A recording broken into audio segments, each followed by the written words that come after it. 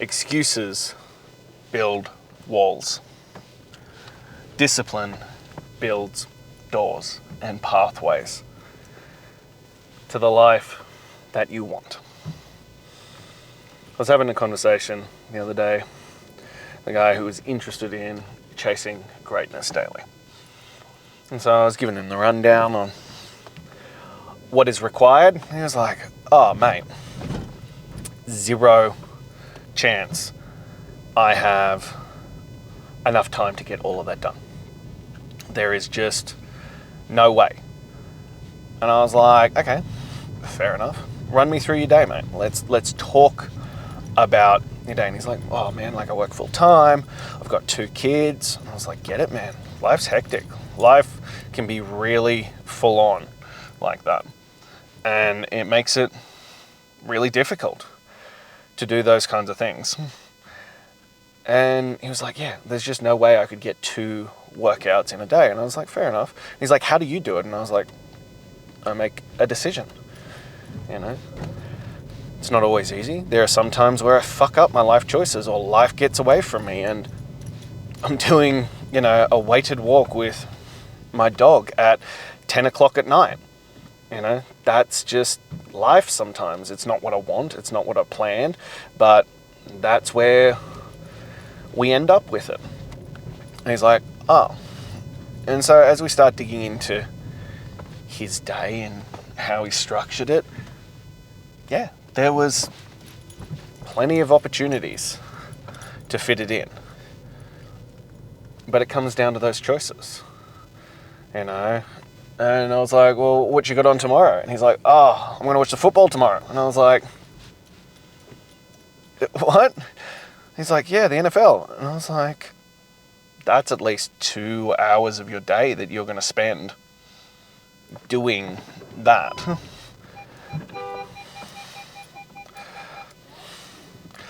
And, that becomes an issue, that he's going to spend 2 hours of his day, or probably more if we're talking NFL, watching football. But he couldn't make 45 minutes for a workout. We all have excuses. And look, I've had this discussion with a bunch of my friends about it. I was like, some excuses are fucking valid. Some excuses are legit and, are really hard to overcome. Children and life and work and all those kinds of stuff. But it's still an excuse if it matters to you. And I'm not saying that you should sacrifice those things. I'm not saying that you should give up family or your work or things like that to do the exercise. But we all make decisions about what matters most. And I come back to, I have clients who work stupid fucking hours, like, 12, 14 hour days regularly. And they still find time to work out. There are decisions and choices that are made on these things. There are decisions that you make about what matters most to you. And I always come back to the one where I have no problem with what people choose, as long as they own the choices. This thing of I don't have time or I don't have capacity or all these kinds of things, these are choices, these are excuses. If you own it and go, well, watching the NFL is more important than being in good shape and feeling good and not having my body hurt when I wake up in the morning, and you fucking own that, good for you. Fucking good on you. That's a decision you've made, but you've made a definitive decision about what matters more to you. You haven't chucked up the excuse of I don't have time. Because you do. You have the capacity. Or I don't have the knowledge. If you're listening here, you have the knowledge. Or I don't have the money. Even if you don't pay me, I have given you exactly what it would take to transform your life. The part you're missing is the accountability. The part you're missing is the nuances that I'll deliver. The part you're missing is me creating it perfectly for you. But the base information is there. You have the access. We all have these options and choices about how we're going to utilize time, about how we spend our time and what we surround ourselves with. There are decisions to be made on the utilization of those times. And I talk a lot about, how doing this will build confidence. It builds grit. It builds determination. It builds a better and more successful life. And a lot of that also comes down to confidence and authority is what allows us to be successful in a lot of areas of our lives. And some of the things that give credence to our authority is our appearance. So that can be clothes, that can be haircuts, that can be styling, that can be that kind of stuff. But also our physical shape. People don't want to admit it, but being out of shape already diminishes your authority. You can then compensate it with other things, like police officers, doctors, things like this already have an ingrained higher level of authority because of the position that they hold. But if you're meeting someone and without any knowledge about who they are or anything like that, being out of shape on a subconscious level diminishes your authority.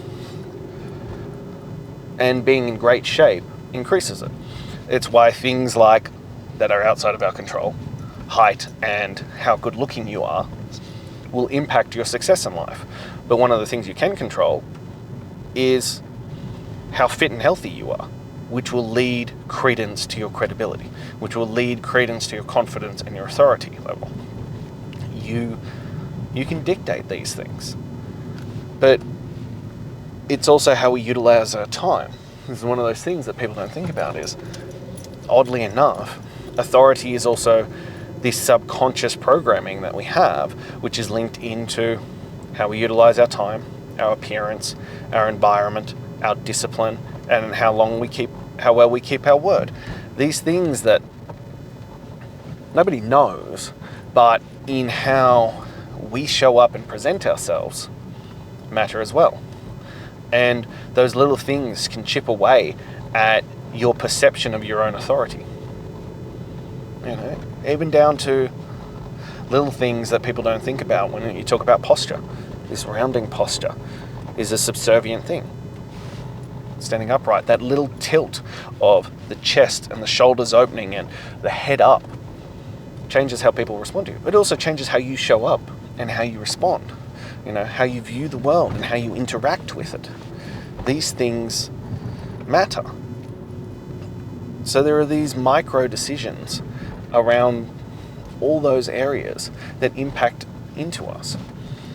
So if we feel we have no control of our time and no control of our environment and our physical capacity and all this kind of stuff, we are diminishing our authority. And this will in turn affect how happy we are, how successful we are, all these kinds of things in our life. These are factors that need to be remedied. If you're going to live the greatest version of yourself, if you're going to live the best life, like I always and will forever come back to the notion that if you want to be the greatest version of yourself, you have to be in great fucking shape. You have to be in incredible shape. And that starts with doing the work, because it'll open up all these other areas. It'll open up all these other avenues to everything else. And you might not be consciously aware that these things are affecting you. You might not be consciously aware that these things are derailing your life, but they are. There's that level of confidence that comes with being fit, being in shape, the ability to show up in that. And look, you might not end up being the fittest guy under the sun, but if you're fitter than you used to be, if you're in better shape than you used to be, it builds confidence. And then you build further confidence by stacking the wins and showing to yourself that you're a man of your word. You're a man who can get up and do the work consistently every single day, that you can keep showing up and keep showing up and keep showing up, and you win the day. This is part of the process. This is part of being the best version of yourself. And that's why I talk about building discipline. That's why we talk about fitness. to build discipline, to build those habits, to build grit and determination. Because, yeah, your excuses are constantly building up walls to the man that you want to be. It's blocking you off. And every time you make an excuse, you build that wall higher and it prevents you from being able to do it. But the discipline opens up the doors, opens up the pathways. It allows you to be that. And the discipline transfers into things that you might not even realize as being available and opportunities to allow you to do stuff. But even down to things like if you have kids. And my kids are one of the biggest factors. Well, actually, they are the lightning bolt moment that caused me to change my life, that triggered me into being the best version of myself. They're really, really important factors. So I do this consistently to be the best version of myself. But also so, A, I can show them what it's like to be fit, strong, and healthy. That they build it into who they are as a person. And it's just, working out isn't this chore. It isn't a punishment. It is just life. It's just a part of life. But also so that I can do the things that they want me to do. That, as they want to climb things and undertake sports, or they're at the park and they want to do crazy things, I am there and capable of doing those things. And or like little things, like when they jump off things, being able to catch them, being able to throw them in the air, being able to play fun games with them, to be able to stimulate them in those ways. These are the things that my daily life choices allow me to do. Or even things where, down to the food and stuff.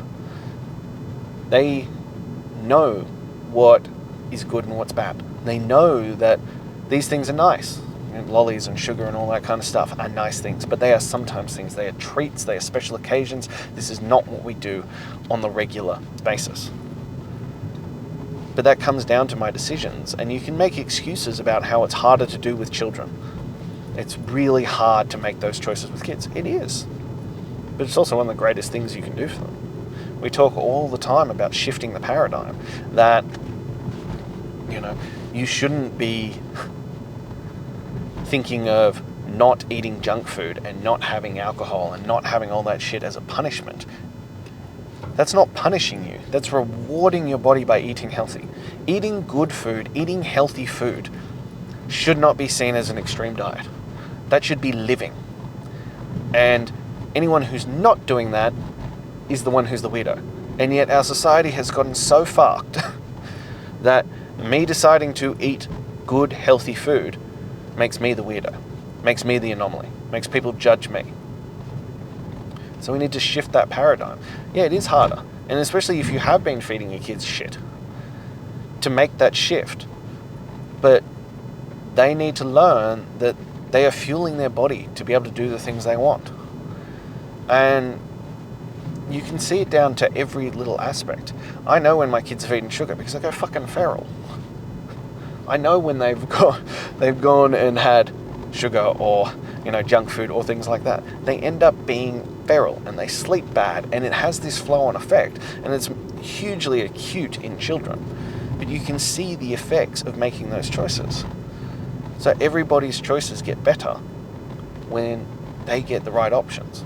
As I said, exercise. My kids love exercising and I build it into it. Oftentimes I'll take my walk, I'll chuck them on their bikes, and I'll chuck my weight vest on, and off we go.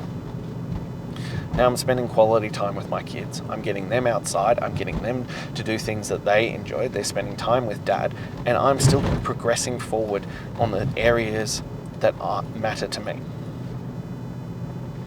These are the choices we make. And I keep coming back to it. Like, this phase has been the hardest under the sun. And I want to keep chucking up the excuses on why I can't do it. Why I still need to be on social media, or why I need to watch TV, or, even though I've been doing 126 for so long without exception, why I should have those foods and dip out. The excuses constantly keep arising because you're drawn to them. You're drawn to those things.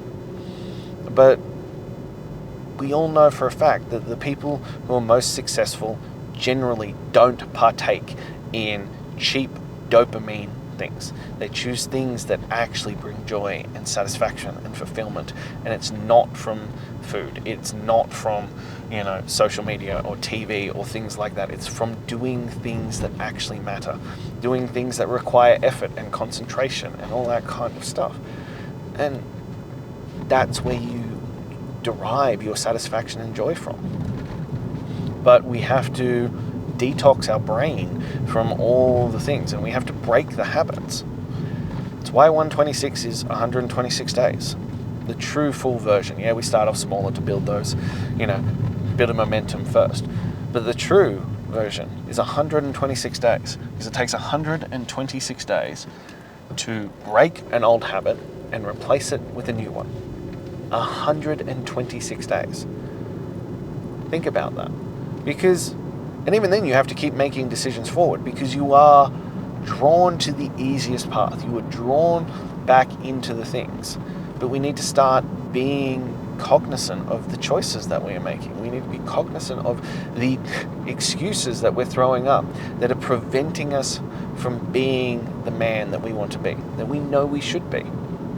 We need to be aware of these decisions and make choices towards who we truly want to be, towards being the greatest version of ourselves, because they will keep rearing their ugly heads.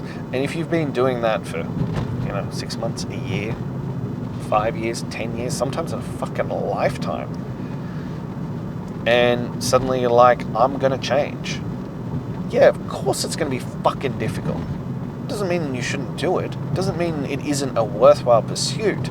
But you need to recognize that the excuses that you normally toss out are still going to be there, and they're going to keep coming up, and they're going to keep coming up, and they're going to keep coming up, and you need to make an honest to God decision around the things that you want to do, around the things that matter most to you, and decide that I am not going to choose the excuses. I'm not going to choose the dopamine. I'm not going to choose the easy way out.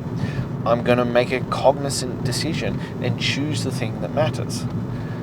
And I've spoken about it before, but you need to make a decision on that, which means that you cut off all other options. You cut off any way around that. You just decide that there is no other option other than moving forward. There is no other option than doing the work right here, right now, that is required. And that's what we're doing. And that's why we're showing up. And that's how we're going to win the day. And you just focus on winning the day. And then the next day. And then the next day. And then the next day. And you just keep stacking the wins over and over and over again. But you need to cut the excuses. You need to end the excuses that are building walls, that are preventing you from reaching your goals. And also stop taking that step back. Make the decision. And then decide that the excuses are no longer going to cut it. Make the decision and be like, this is who I am now. And it's going to be hard, but keep making that decision over and over and over again. In the micro decisions, make it over and over and over again. Because it's the micro decisions that add up to the macro decisions. It's the micro that builds into the massive things. All those little things on the day-to-day basis, who you choose to be, the choices that you make, how you choose to show up, all those kinds of things. And I could talk, on a dozen episodes of this about the best way to stack those. And I probably will.